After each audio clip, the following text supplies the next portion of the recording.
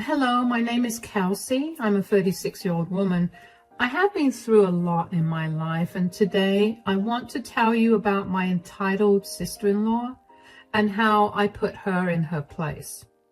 So let me start by telling you about myself and my husband, Andrew. The two of us are college sweethearts. We got married pretty much right after we graduated.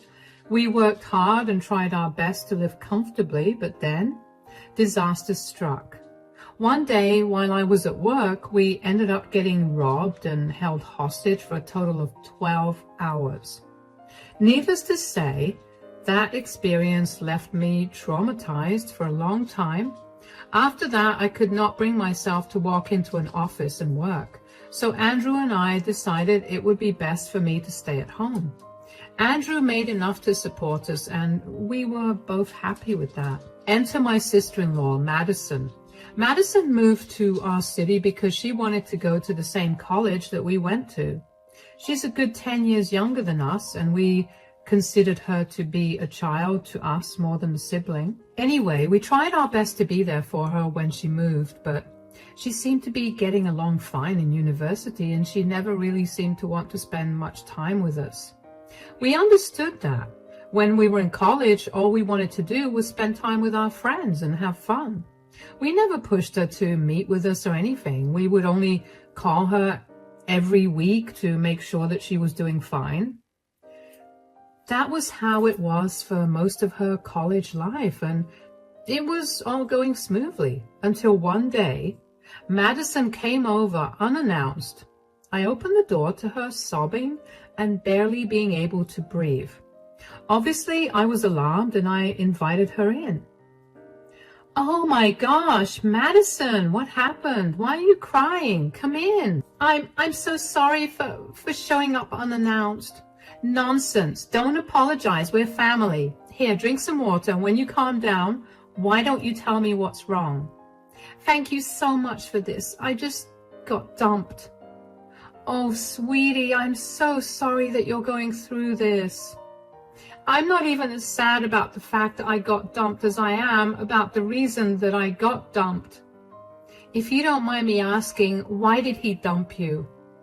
"Well, I'm pregnant, and he didn't like that, so he just left me." Oh my God, you're pregnant? "Yeah, and I don't know how I'm going to do this. I'm still in college and I can't support a child." I don't know if it's my place to say this, but did you consider maybe giving the child up for adoption? "There's no way that's happening."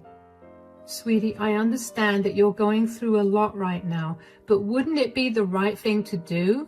I'm going to be doing all the hard work of carrying this baby, and my body is going to be the thing that suffers for it. There's no way that I'm going to give up the child after I went through all of that." "Okay, well, what do you suppose you want to do then?" "I don't know. I really don't know. We can put this on hold for now. How about we make you feel better first? How do you feel about ice cream and movies?" "That sounds amazing right now. Thank you for being there for me, Kelsey." "Of course. You're practically my sister too." If I was being honest, I was panicking for Madison.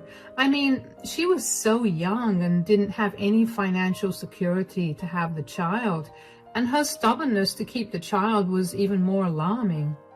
While we were watching our movies, I got a little more information out of Madison.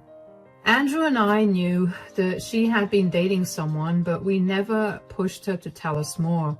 He refused to talk to her when he found out that she was pregnant with his child. And all of that happened nearly 3 months ago. The only reason she came to our place was because she knew she needed to go to the doctor for appointments, but couldn't bring herself to do it all alone. My heart did go out to her. Madison left for her dorm a few hours later, and when Andrew came back home from work, I told him about what had happened earlier. "So Madison came over earlier today." "Really? Is she okay?" "Not really. She showed up crying." "Oh no, what happened?" "Remember how she was dating this guy? He dumped her." Oh, poor thing. I get it. Getting dumped is a heartbreaking thing. But why did he break up with her? Because she's pregnant. What? Why didn't you lead with that?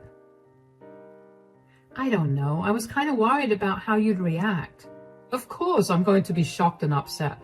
I thought Madison would at least be a little careful. She's old enough to know how to go about doing things. I fully agree. I understand you feeling upset with Madison's choices, and your feelings are valid. But getting upset will not change what's happening.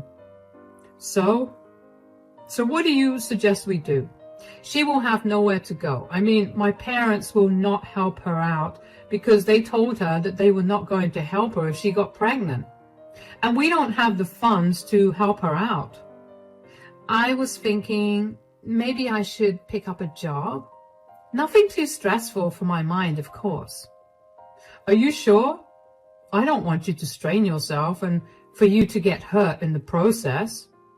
Of course. Besides, she's my family too, and I want to be able to help her out. I do too, but I don't want to do it at your expense. Are you absolutely sure that you want to do this? Because letting her move in means we'll also have to help take care of the baby. Darling, I'm 100% sure about this. I'll start looking into some more domestic jobs. We can continue to live on your pay and we can help Madison with my pay. That sounds like a good plan. Thank you so much for helping Madison out. What is with the two of you thanking me? Come on. Wouldn't you do the same for me? Of course, darling. Now, why don't we forget about this for a moment and watch a good movie? I was glad that Andrew took the news better than I expected him to.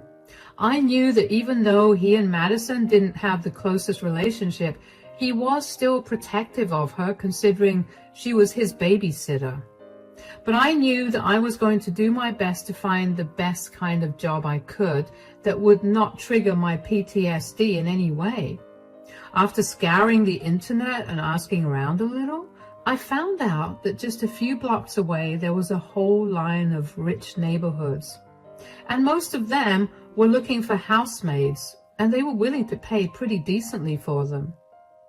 Of course, I applied immediately because I felt like it was the best job that I could get, and for me to work. After applying around, I decided that I needed to tell Madison what was happening and how we planned to help her out. So I called her and asked her to come over. When she arrived, she looked nervous, but I greeted her as warmly as I could. Madison, come in. Hey, Kelsey, what's going on? Why'd you call me over? I just wanted to check in on you, and I wanted to talk to you about something. Well, I'm still very sad, but I guess I'm coping. I wish I could help you feel less sad about the breakup, sweetie, but I am glad to hear that you're getting by. And what about the pregnancy? Are you eating well? I have no appetite, but I'm eating just for the baby. I still don't know how I'm going to survive when the baby comes. Yeah, that's what I wanted to talk to you about. I spoke to Andrew about your situation. Oh no, is he disappointed with me? Is he upset or angry? He's a little disappointed in you, but he's not angry or upset. He's just very worried about you, which is why we want to help you out in any way that we can. Oh, what do you mean? Well, for starters, we would like you to move in with us.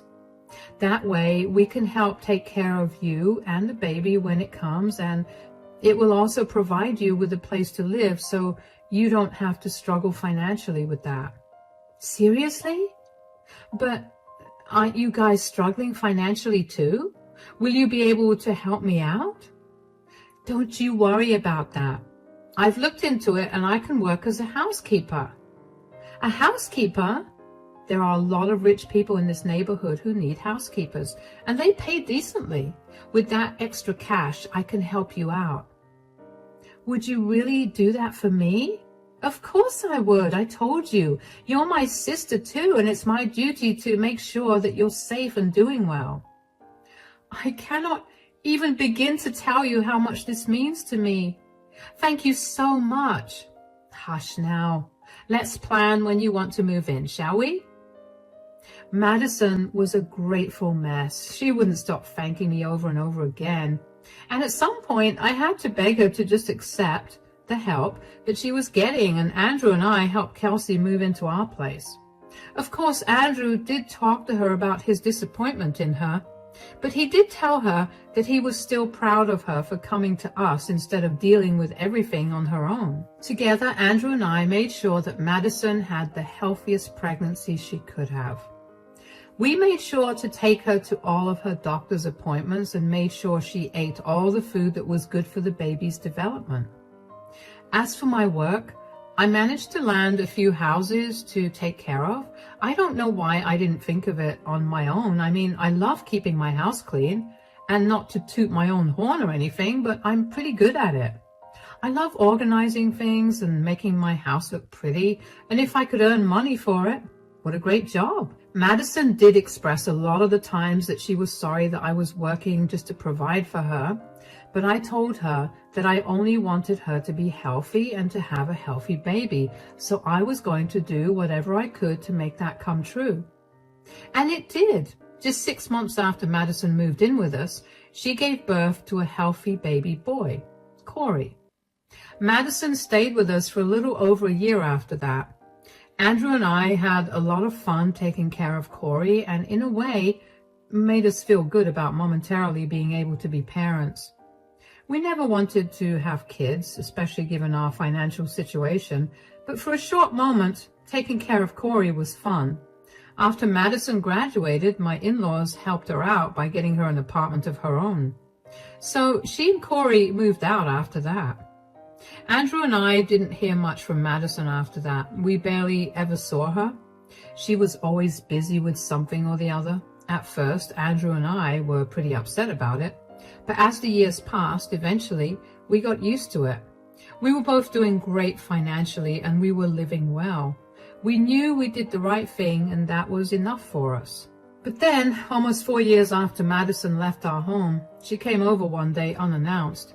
Andrew and I ecstatically welcomed her in. When we were all seated in the living room, I started the conversation by asking her how she and Corey were doing. So, how's everything going? I hope you and Corey are doing well now. We're doing amazing, actually. I'm sorry I haven't been in too much contact with you guys. Life's been really busy recently. We get that. We're just happy that you look and feel happier. How's life treating you guys? Pretty good. I mean, I got a promotion at work and Kelsey got herself a stable job. You got a stable job, Kelsey? Does that mean you left housekeeping? No. I now properly work for only one family. It's stable because I no longer have to run around to different houses each week and remember a ton of different rules to follow. Ah, that's good. So what exactly have you been up to that's kept you so busy? Well, I found someone. Really? When? And what's his name? His name is Bruno. I think we met only a few months after I left your place. Anyway, we've been together since then, and he's been my rock. Not to mention, Corey absolutely adores him. That's sweet. So when do we get to meet this mystery man of yours? In 2 weeks. That's a little specific. Is there something happening in 2 weeks? Yes, my wedding. What? You're getting married? Congratulations. Yes, I am, and I wanted to invite you guys first. Oh, honey, that's wonderful. Of course we'll be there. Great. Just so you know, it's going to be a black tie event, so dress like you have money. What's that supposed to mean? I don't want to seem insensitive or anything, but you guys don't really have a lot of money, and Bruno and I kind of want to make the wedding into a fancy event. All of our rich friends will be attending, and we had to save up quite a bit for this. Huh, okay, well, that was definitely a very insensitive thing to say, especially since your no money having brother and his wife helped you pay your bills for a year. Oh, come on, don't take offense to that. You'll understand why I said that when you come to the wedding. How can I not take offense to that? You've stayed out of touch with us for years. came back out of the blue to tell us that you're getting married, and then you insult us? Sweetie, calm down. No, Madison needs to learn to be a little grateful for all your hard work that let her get to this stage in her life. Okay, you're being really dramatic and I don't want to be here for it. I'll email you the invite to the wedding. You have until tomorrow to RSVP. Bye. Andrew and I just stared at Madison as she walked out in shock. I couldn't believe how entitled she had become. I was honestly so hurt by her words. I mean, I only picked up the job so I could help her out, and to see her turn around and treat me like I was some low life made me want to cry. Andrew did reach out to her again, and she did not reply. Andrew was seething with anger and did not want to go to her wedding, but I convinced him that we should go. I mean, I was hurt, but I was not going to let that come in between my family. Madison was still Andrew's sister, and he shouldn't have to give up such a huge event in her life because I got hurt. The wedding was a small ceremony that only Madison and Bruno's closest friends and family attended. That made me even more glad that we had gone, because at least it showed me that Madison had some respect left for what we did for her. Bruno was a handsome, charming man, and Andrew and I instantly liked him. We found out that he was a marketing manager for an up-and-coming firm, and he was doing pretty well. That did make me question if that was why Madison became so elitist. I mean, she probably got used to living a lot more comfortably with Bruno. That didn't excuse any of her comments, but it did give me a reason. Anyway, a few months after the wedding, the family that I had been working for decided to move to another state. I was heartbroken because they had become pretty close to my heart, and I had spent quite a lot of time with them. As a going-away present, they offered to let me buy their huge mansion of a house for practically nothing. Yes, they were that rich. Of course, Andrew and I took them up on that offer, and within a few months, I was the owner of that house. Now, I didn't want to move from the house that we were currently living in because I was too attached to the memories that I had in it. So I decided that I would put the house up for rent. And if that didn't work, I could try turning it into an Airbnb. Well, just a few days after I put the house up for rent, I got contacted by someone. After a few conversations, I quickly realized that I was talking to Bruno, Madison's husband. Of course, I was curious as to why they were renting a house. But I kept my questions to myself, and instead, as a favor to the family, I offered to rent it to him for dirt cheap. He accepted that offer, not without thanking me profusely, and within the next month, Bruno, Madison, and Corey had moved in. Andrew and I decided that we'd give them another month to settle in before swinging by to meet them. I let Bruno know before we went there, but he must not have told Madison about our visit. When we got there, Bruno greeted us warmly. "Oh, hey guys, come in." "Hi, Bruno. I hope you guys are settling in well." "Absolutely. Madison and Corey are settling in well, and they love the new home." "That's good to hear, but where are they?" "Madison just got done giving Corey a bath. She should be down any minute." "Oh, there she is." "Whoa, what are you doing here, Kelsey?" "Oh, I just dropped in to see how you guys were doing. I hope you're enjoying the new place." "Of course I am, but you're kind of ruining it for me." "Excuse me?" "I don't know if you can see very well, but this house is stunning and only meant for those people who can afford to be here." "What are you trying to say?" "What I'm trying to say is filthy maids are not allowed in my house." "Madison, you can't speak to Kelsey that way. How dare you talk to Kelsey that way when she was the one who helped you out when you were at your lowest?" "Of course, she had to help me, and don't the poor have to serve the rich?" "What? Do you realize how insane you sound? You were the poor one. Kelsey's hard work helped you find your feet and eventually get here." "Madison, you're being disgusting right now. You need to apologize to Kelsey right now, or you're going to regret it." "Look, you guys can get all worked up about this, but I'm not apologizing. I know that I'm right, and there's nothing that you can say that will change my mind." Kelsey, I'm so sorry for her behavior. Please don't let this affect us. It's all good, Bruno. Whoa, Bruno, why are you apologizing to her for me? I specifically told you that I didn't want to apologize, and what effect do you think she's going to have on us? She's just a disgusting maid. You need to shut up right now, Madison. You don't know what you're talking about. Why are you defending this low-class woman over me? It's my eyes that are suffering from seeing her in my home. Oh, you mean the home that's hers? Huh? What do you mean? She owns this house. She's the one we're renting this from. What? I didn't know that. Why would you rent this from her? Why not? You begged me to buy a house, something that I couldn't afford to do, so we settled on renting one instead. I saw Kelsey's house up for rent, and I approached her about it. She was willing to rent it to us way below the market rate, so of course I took her up on that offer. She did that out of generosity, and you had no problem crapping all over that. You know what? I think it's best that Andrew and I leave right now. I'm so sorry once again, Kelsey. It's all right, Bruno. I'm sorry that you have to live with such a snob. I was fuming with rage, and I was also feeling very humiliated.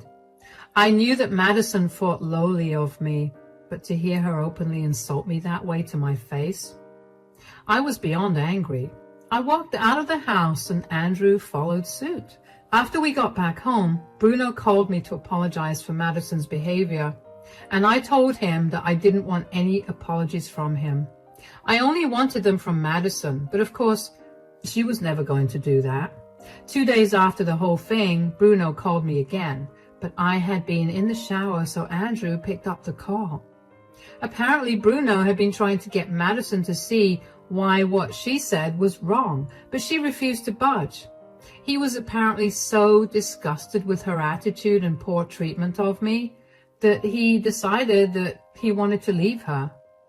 I was shocked to learn that he was leaving her. I didn't expect something so drastic to come out of this, but his choosing to divorce her made something in me flip as well.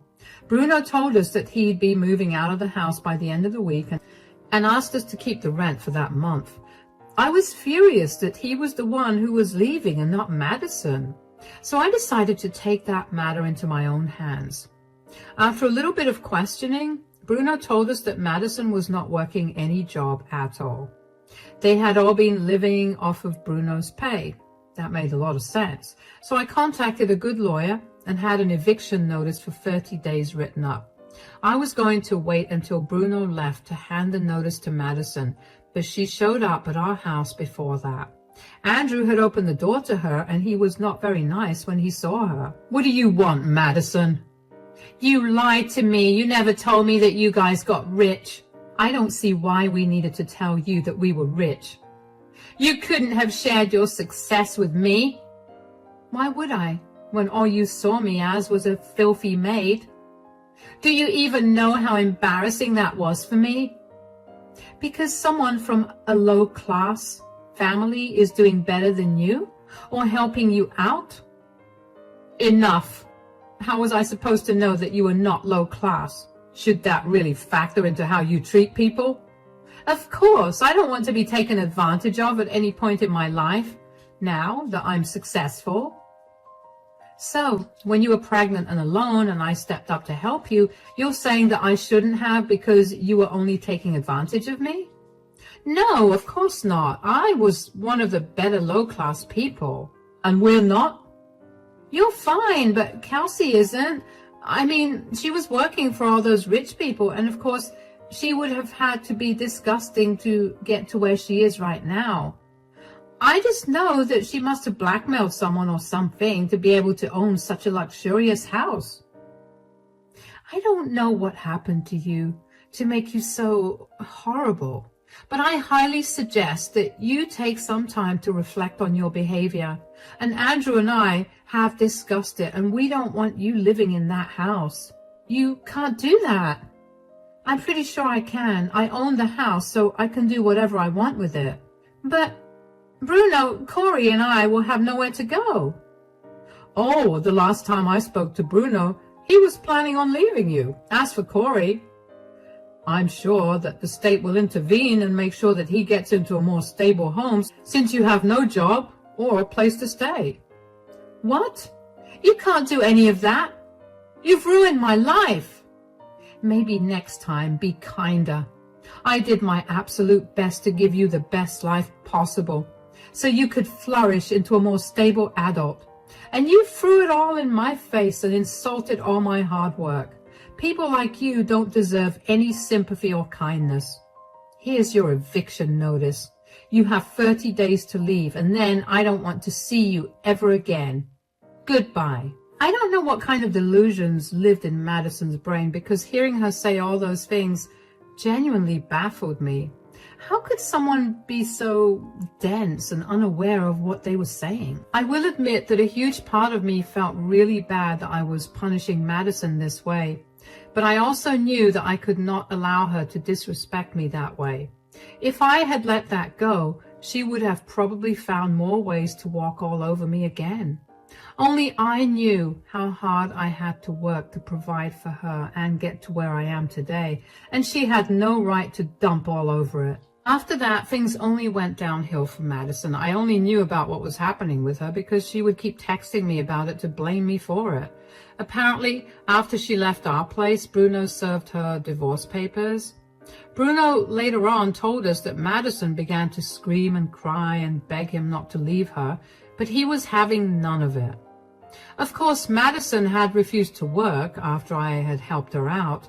She had simply latched herself onto someone else, so she had not much to her name, which meant that she couldn't get herself an apartment no matter how hard she tried. When we hit the 15-day mark, since having served her the eviction notice, Madison called me crying and begged me to let her stay there. But honestly, I did not want to be bitten again. I had been fooled one too many times, and I was not going to allow her to hit me yet another time. I deserved better than that. At the same time, I was not a monster either, so I told her the best that I could do for her was fly her and Corey back home. Madison cussed at me for that and hung up the phone. Of course, Madison knew that if she went home, her parents would rip into her for wasting her life so far, and she did not want to deal with that, apparently. I didn't want her and Corey to be separated, but she was not willing to think logically. I had done all that I could do. Madison had apparently tried to contest the divorce and tried to extort Bruno for alimony. Unfortunately, she did manage to get some alimony from Bruno, but only for a short period of time. As for Corey, Bruno did file for his custody. He loved Corey like he was his own son and had seen how Madison barely cared for him. He provided CPS with all the evidence necessary of Madison's ineligibility to take care of and raise Corey, and eventually Corey was out into Bruno's custody until Madison got back on her feet. Now, that was blow after blow to Madison, and if there's one thing you should know about Madison, it's that she hates being wrong and hates losing. She decided that she wanted nothing more to do with any of us, so she left our city and fled to God knows where. Andrew and I are just happy that we no longer have to deal with her antics. We still keep in touch with Bruno and Corey, and we've all become even closer now. I offered to let them live in my other house again, but Bruno insisted that we move to the other house while they moved into the house that we had been living in. So that was what we did. I finally get to enjoy the fruits of my labor, and I get to enjoy a wonderful time with my family. Life just couldn't get any sweeter.